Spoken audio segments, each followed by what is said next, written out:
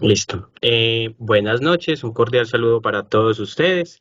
Mi equipo está conformado por Gerson Espinosa, Yumaira Grajales, que es el grupo 4, y hoy le vamos a hablar un poco de cómo fue esta actividad, ya que realizamos una revista. Y entonces, no, iniciemos. Sabemos que vamos a hablar un poco de las estrategias del pensamiento crítico y sabemos que el pensamiento crítico implica pues la capacidad de analizar y de evaluar de manera objetiva toda información, ¿cierto?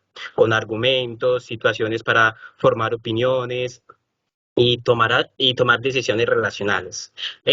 Algunas estrategias clave del pensamiento crítico que pueden ayudar mucho, ¿cierto? Entre esas están las cognitivas con macrocapacidades.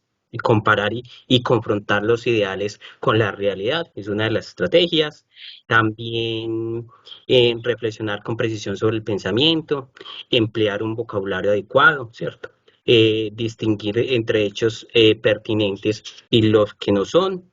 También tenemos estrategias cognitivas con microhabilidades, compañera. Bueno, en las estrategias conectivas con microhabilidades se debe tener como claro un punto estratégico que la estrategia cognitiva microhabilidades no es sola. El de ella depende de las otras dos estrategias como la afectiva y la macrocapacidades. Y una dan la base para las otras, es decir, que la estrategia afectiva sería la inicial para continuar con las microhabilidades. En las microhabilidades es empezar a desarrollar nuestra capacidad en ella y continuar ampliándola de acuerdo a la estrategia siguiente. Creemos que todas las estrategias son importantes tanto a nivel laboral, profesional como de la vida diaria y que sacando un resumen de cuáles nos pueden servir, podemos decir que entre ellas está comparar y confrontar los dos ideales con la realidad y es dejar a un lado nuestros sentimientos, lo que queremos o que esperamos, la respuesta que queremos escuchar y confrontarlo todo con la realidad. Examinar o evaluar lo supuesto es no siempre creer que todo lo que puede suceder es genérico, sino que si de pronto miramos lo opuesto, podemos encontrar la solución o el por qué sucede algo y distinguir hechos pertinentes y lo que no lo son. Los hechos, poder llegar a desarrollar la capacidad de ver los hechos más importantes de una situación, de una lectura o de un análisis y no de pronto divagar en otras cosas que nos va a quitar tiempo y al final no nos lleva al punto que queremos. Ya seguimos con las estrategias siguientes, compañero. Muchas gracias. Entonces, referente a las estrategias afectivas, pues damos entendido que son herramientas o estrategias que a partir de características de personalidad o del comportamiento permiten un buen desarrollo del pensamiento crítico. Entonces, por ejemplo, hubo tres de esas estrategias que me llamaron mucho la atención. Una que es la de pensar de forma autónoma, mostrar humildad intelectual y evitar los juicios, y también la de mostrar perseverancia intelectual. Y quiero hacer referencia en esta última de mostrar perseverancia intelectual, porque pues cuando haciendo pues la lectura de los textos e investigando un poco acerca de esta estrategia afectiva, pues se muestra de que a veces pues hay que tener, hay que mantener el horizonte, hay que mantener el interés, hay que mantener el entusiasmo de seguir generando razonamiento y también proceso crítico, a pesar digámoslo así, de la irracionalidad de otros contextos o de otras personas. Entonces, cuando estaba realizando la actividad de elegir una imagen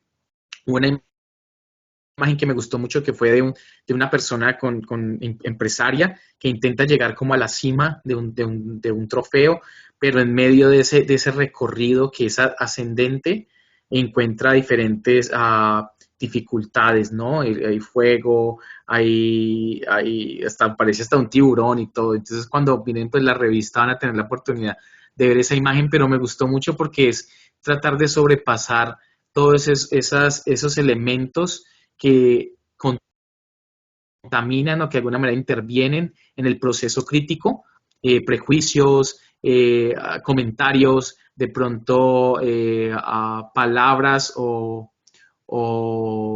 razonamiento, digamos, palabras o juicios de valor que vienen de personas que de pronto hasta no tienen conocimiento de lo que se habla. Entonces, todo eso que contamina ese proceso de pensamiento crítico, dejarlo a un lado y uno seguir pues en el verdadero proceso y camino que permita generar un proceso crítico, un pensamiento crítico. Entonces, verdad me gustó mucho y pienso que estas estrategias afectivas permiten esa unión entre las actitudes, las características de la personalidad y el comportamiento con ese proceso de generar una argumentación o un pensamiento crítico. Compañero. Yo elegí esa imagen donde hay dos políticos como comparando, porque ya sabemos que los políticos pueden comparar y confrontar sus ideas con la realidad en Colombia. Esta tarea implica evaluar si sus propuestas u objetivos son factibles y variables en el contexto actual, ¿cierto? Considerando factores como la situación económica, la social, la política y legal del país. Al hacerlo, los políticos pueden ajustar sus ideas y buscar soluciones gramáticas que se adecúan a la realidad y pueden ser implementadas de manera efectiva. Compañera.